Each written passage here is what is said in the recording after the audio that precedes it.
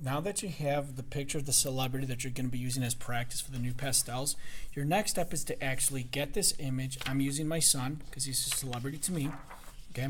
And his skin tone matches mine quite a bit, as you can see. So now what you're going to do is you're going to actually break this down into basic shapes and values on this piece of acetate. Okay, so I'm going to show you how you're going to do this. First of all, what I want to make sure that you understand is that with this piece of acetate, okay, you're going to line this up in such a way that you get as much of the image as possible. If you notice, if I line it up this way, I'm cropping off this bottom part, and I want that. That's actually really important for me to get part of the image in. So I'm going to turn the grid vertically so that way I get that bottom portion, and I'm kind of cropping off this area over here, but that's better than cropping off the bottom. Okay, I could actually slide this over a little bit if I want, and that's going to help me right there get a little bit more in there if I want to get that corner. I'm actually not concerned about that corner. I'm more concerned right in here. It's okay that he's smack dab in the middle. That's not a big deal. Okay, so you can see there. Notice how I lined up the edge of the grid, okay, the edge of the grid with the actual image. Everything is on there straight. That's important. Then what I'm going to do is I'm going to take a piece of tape and I'm going to tape the grid down on top of the picture on one side. You only need one side. If you tape it down on more than one side, you're going to give yourself a headache later. Okay, you're going to understand why in a moment. Okay, here we go. So tape down one side. Pretty easy. Now from here, what I'm doing is I'm taking my Sharpie marker, my fine point Sharpie marker. And what I'm going to do is I'm going to actually start outlining the different shapes that I see.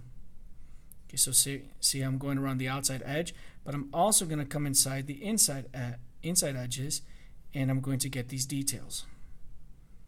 Okay, I'm outlining not only where facial features change, but I'm also going to be outlining where values change. Okay, so in the end, I'm going to get an image that's going to be kind of scary, to be honest, because it's basically just breaking the whole face into basic shapes of facial features as well as values.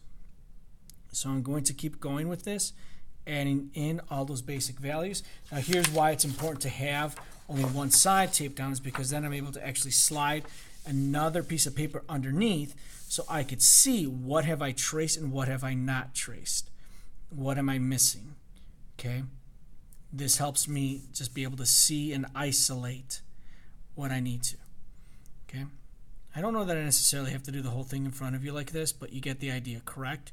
You want to get everything that you can in there. All the most important edges, value changes, and details. Notice that I'm really sticking to basic shapes. Okay, I'm not just drawing little lines. Okay, I'm trying to create shapes.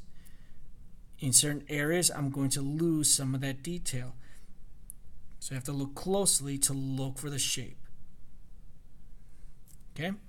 You see what I'm doing, right? Okay, that's what you need to be doing today.